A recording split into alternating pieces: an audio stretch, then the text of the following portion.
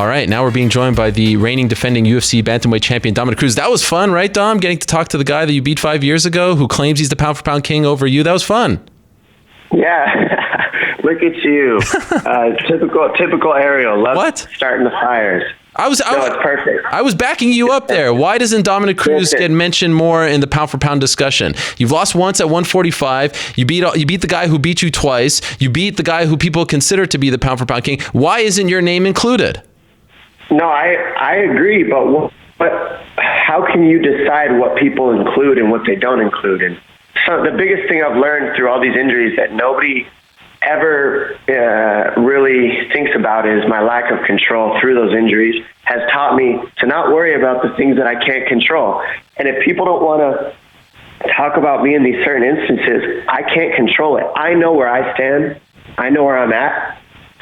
If you watch me on Fox, if you watch me as an analyst, if you watch me as a commentator, people should be intelligent enough to understand why I'm the pound-for-pound best, but they don't see it because they choose not to, and I can't control that. So I let these people who don't fight, who don't walk into that octagon and threaten their own lives for entertainment of the outside people, and I let them think what they want to think. Why did the UFC make the right call in booking your next fight against Cody Garbrandt and not TJ Dillashaw, in your opinion? Well, I mean, we're in the fight business, right, Ariel? And this is a fight, and that's exactly what this is. I mean, plain and simple, he's not top 5 pounds, like in the top 5 of the division, and that's my job to go out there and prove it. He did talk himself into this fight, 100%, and now it's my job to go out there and fight him. I want to fight him. I want to fight this man, and that's why this fight is happening, because it sparks interest. There's a beef there. This guy's been running his mouth a lot. So it's my job to go out there and shut it for him and show him why he's nowhere near the level he thinks he is. The last 2 wins, knocking out Almeida, knocking out Mizugaki in less than a minute. I mean, just based off of those alone, let alone the rest of the undefeated record, he's more than just talking, though, right? He's actually doing. Well, he's got knockouts on his record, yes, in the first round, yes. But so did Shane Carwin, and we all saw what happened to him when he went out there and went past the first round, didn't we? Sure. Wow. And that's what this game is. This is a game where you have to be able to mix it up and not just one round and show how dominant you can be with your power, but you have to have more than power. You have to have prowess. You have to have ring generalship. You have to understand how to mix things up in the clinch, in the takedown, over-unders. You have to understand that when you're on your back, how do I get back up without threatening myself? You have to understand how to keep it after you earn it. And a style where somebody's only been proven to be able to go, 3 rounds, that's a tough style to deal with when you're fighting a guy like me. And that's exactly what this matchup is about. One thing that I love about this rivalry, and it's a very exciting matchup, and it could headline a pay-per-view on its own, in my opinion, is it feels like there's some subtle things going on. Like if one goes on Instagram and looks at what you're posting and then looks at what he's posting, and then if you just somehow make your way over to his girlfriend's Instagram, you're leaving comments on her page, and then he's writing to you, and this is for no one to see, and you're not making a big deal about it. This feels like it's like a real deep rivalry that we always long for. Is that an accurate way of assessing it? What this is that whole thing that happened with his girlfriend, first of all, I'll just squash that immediately. I have no problem with his girlfriend. Right. Or women in general. I love women. I respect women. I'm a mama's boy, to be perfectly honest. And by me going on there, I got tagged by her. Apparently, I didn't even really realize who she was at first until I looked into it, that she tagged me in that thing. And so all I said was actually very nicely. I said, don't get involved in this stuff. Your job is to take care of your boy toy, plain and simple. I don't know how they are, who they do it, but I don't want her involved in this stuff. And to me, it's his job to tell her that stuff and keep her out of it. But clearly she probably wears the pants in the relationship because he's a big softie as much as he tries to pretend he's a tough guy. And she went out there and tried to defend him, but really, I just don't want her involved in it. She shouldn't be involved in it because I don't want her to get embarrassed with comments from people on the outside. And you don't get involved in this beef. This is between me and Cody only. This has nothing to do with her. And I was very kind and gentle about letting her know that. What makes you think that he's a big softie? Well, anything you say, he flies off the handle. I mean, anything. You could literally say, your hairline's a little crooked, and this guy is going to go crazy and say, don't ever talk about my hairline. I'm going to bash your face in. Like, man, relax, guy. Like, he's just everything you say, he's like a ticking time bomb. And that's because he wants to be that. He wants to portray this image that really he has no love. he's tough, he's a savage, he's this, he's that. But those are the most insecure people in the world, are the ones that have to call themselves something that they're not. Just be quiet, sit on the outside, prove it with what you do. And, you know, that's what I do. That's my angle at it. And he's about to find out real quick what I'm about. Do you think you're in his head?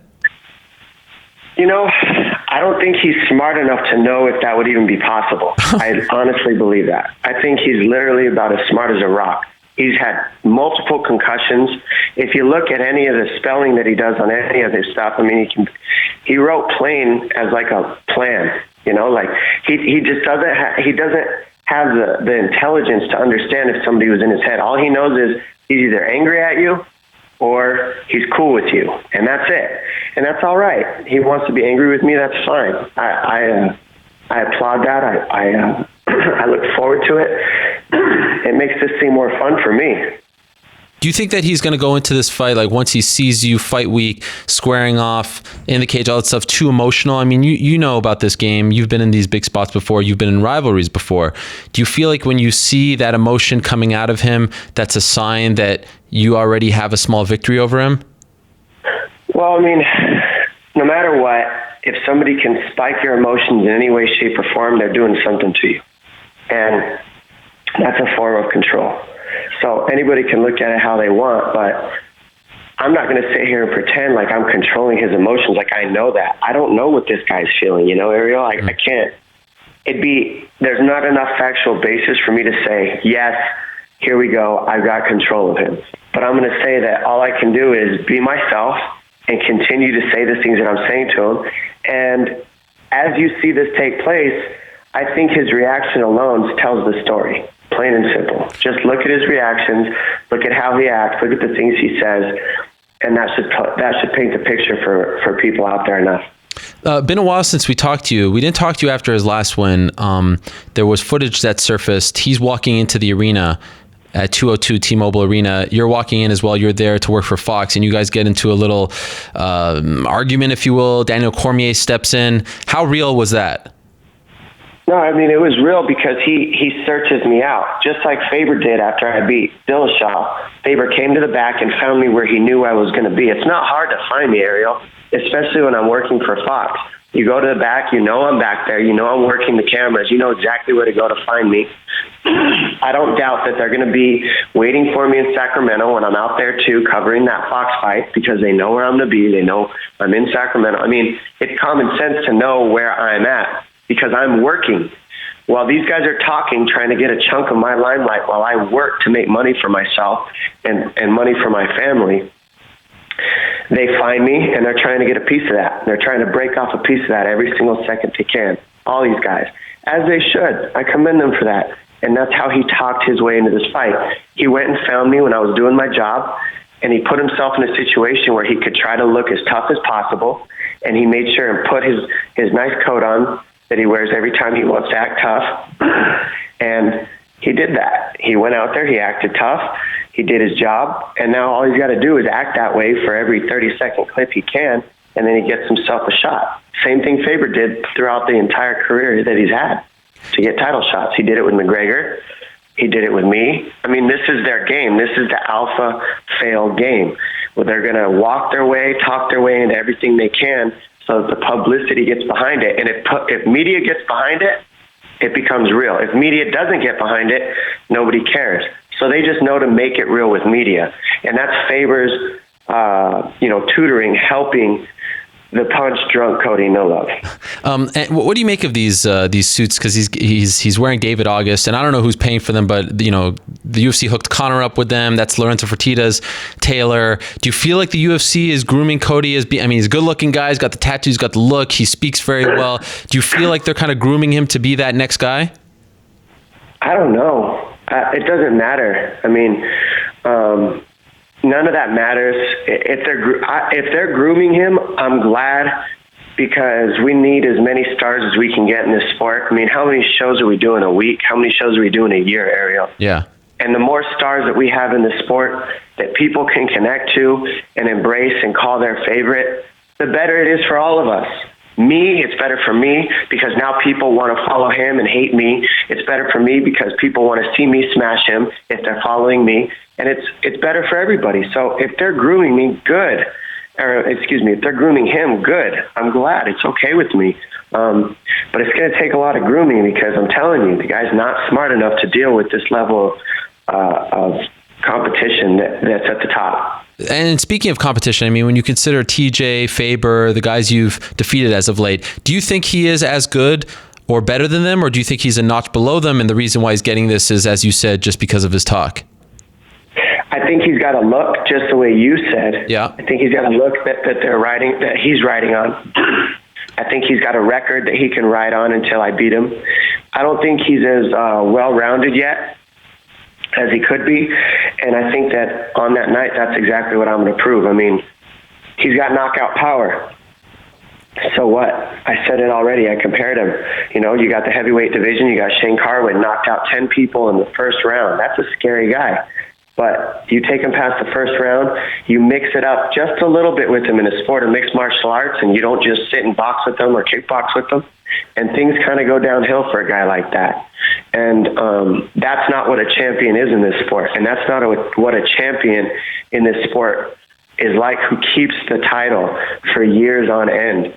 I've been fighting 5 rounds. I've had 1 3-round fight since 2010, Ariel. I've been fighting for the title since I started this thing, man. I've got multiple titles. I'm not just a 2-time world champion. I'm a 6-time world champion.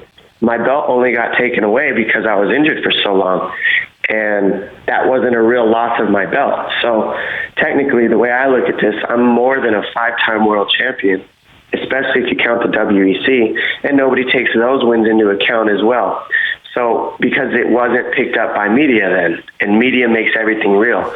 The only fights that have been made real in my career so far are the last 2, because those are the only fights where media has been at their highest, with Fox Sports, with where the sport is now. Right.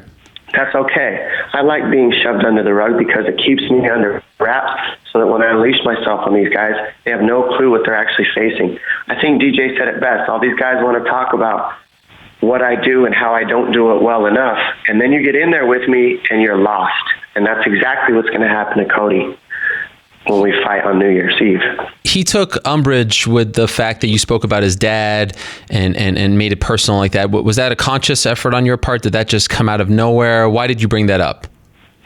Well, I brought that up because, you know, to be perfectly honest, I see similarities in himself and myself. And I grew up without my father around, and that's okay. The difference between me and him is I've dealt with those demons, and I've forgiven my dad, and I've let go of that entire situation.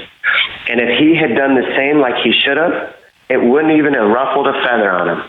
But like I said before, he's such an emotional, trying to perceive some savage being that he's not, that got right under his skin. I brought it up for 1 second, and he ran with it, and he's still crying about it. He put an interview I did on his wall about my dad, and it's like, it's no big deal. Talk about my dad, talk about my past. I brought it up for everybody to know about because it's in my past. Me and my dad have a decent relationship now. I don't talk to him very much, but it's no big deal. Like, that was one little thing, and I've just let go of that situation. But I knew that he hasn't. So I brought it up to let him stew on it because I know that he can't deal with it in his own head.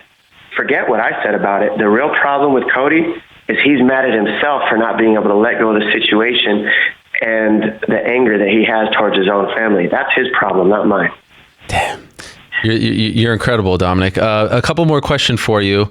I sometimes cringe when I hear Dana White when he sold this fight for the first time, because he always says Dominick Cruz has the worst luck in the world, and we're going to put him on this card so that he gets the money that he was supposed to get when he was going to fight Faber on 148. Blah blah blah.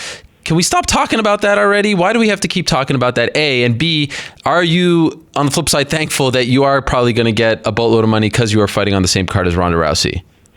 Well, it's easy for Dana to bring that up because I was the one who called him when I had to pull out of these fights. So I'm sure he has we don't get to talk too much. And the talks that we do have, I've gone out of my way to call Dana myself and explain to him why I had to pull out of these fights like a man.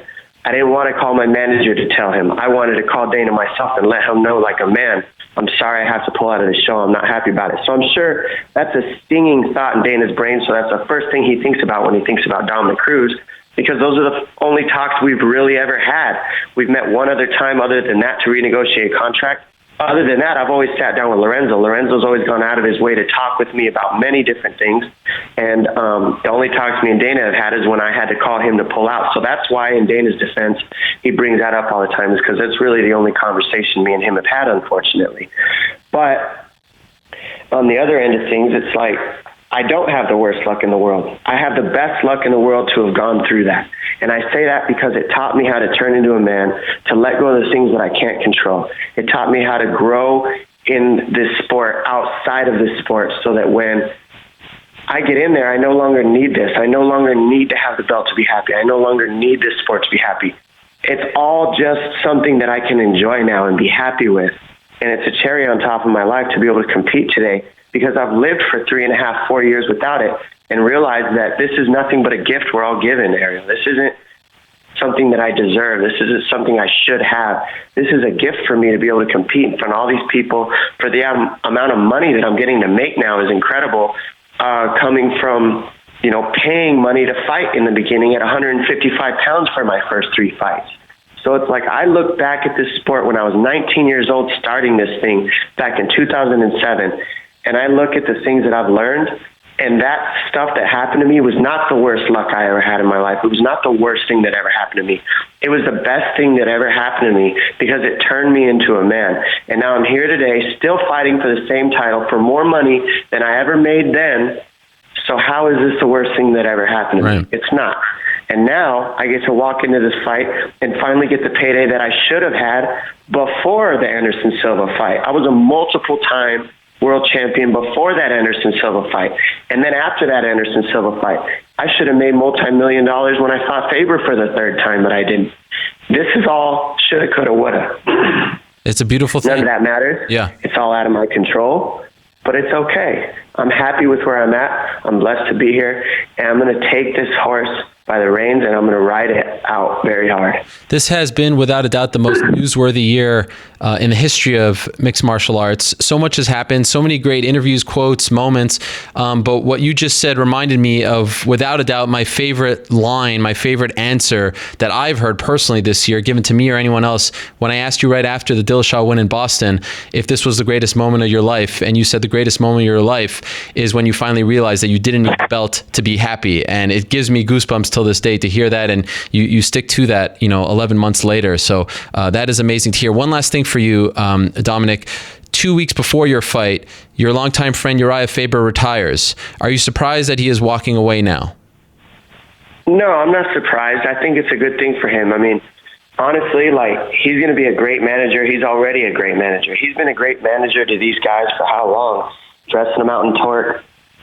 He's been making money on his team since this thing started, while he fought. So finally, he's going to get out of the fight game and just make money wholly on these fighters that he promotes. Right now, Cody's the guy that he's promoting. He's making the most money off Cody. He's dressing him out in torque. He's got Cody wearing Urijah Faber shirts everywhere he goes. And so it's a genius move on his part, because he's leaving the sport. He's still making prize money, but then he's still managing fighters. He gets a cut of their purse because he's got stock in the management company that manages all these fighters in a lump sum, including himself. So it's just smart for him. He's a businessman. That's what he does. He's almost a promoter, but he just was fighting, so he couldn't quite do it. If he could run his own show, he would. I think this is a good move for him. And to be perfectly honest, the guy started this sport in the lighter weight classes. When I first started this thing, there was only 155 pounders and up. And because he had a good following in Sacramento, that whole town got behind him. He was able to get people to show up to the shows and be able to make a run for the lighter weight classes. Without him, without a star, an early star in the early days of this sport, the lighter weight classes might not have been made. That's the truth. I was there right next to him, right with him. The difference is he was bashing me down while he was the star, so I didn't get the limelight, and that's okay. That made me who I am today. I'm appreciative for Urijah Faber. I'm appreciative for the rivalry. I'm appreciative for the fights that I had with that man. I'm going to look back at time and be glad that, we fought like we did and said the things that we did about each other. And I'm happy for his future. And that whole thing with me and him is completely buried. Like, I couldn't be happier that chapter of my life is done. And I wish him nothing but the best. However, his little stepson, Cody No Love, is about to get worked. And that's something that's going to affect him. So I'm sorry about that, because I'm going to affect his money yet again. Incredible as always, Dom. Thank you so much for the time. Best of luck to you on December 30th. We'll see you out there in Las Vegas. You are cerebral when it comes to these interviews. A pleasure and an honor as always. Thank you, Dom. I have one thing I want to say, Dario. Please. When it comes to, I know the number one thing people want to say when I say, the greatest moment in my life was not having the belt and realizing I didn't need it. I don't mean that it's not awesome having the belt. What I mean is, if you need that belt to be happy, anybody, then you're messing something up. And while I will have that belt, I will continue to defend it and continue to be the best in the world. That only brings my money up, but that doesn't bring myself up. And I'm going to keep having that belt no matter what. It doesn't take away the importance of the belt and what I can do for money with it, but all it is a cherry on top, and I keep saying that. It's a cherry on top. It's not something that I need. So that, in essence, makes the belt a gift for me and not a curse. When you need that belt to be happy in order to find validity in your life, in order to feel like that's what's going to make my life better, it's hurting you in the end. And that's something that a lot of people forget and miss when they're coming up in this sport. And I want to point that out for all the up-and-comers. You got to be happy outside this sport, because that belt isn't going to solve all your problems. That's it. Well said, Dom. Thank you. Appreciate it. Thank you. Bye. There he is, Dominick Cruz, bantamweight champion, UFC, defends his title on December 30th.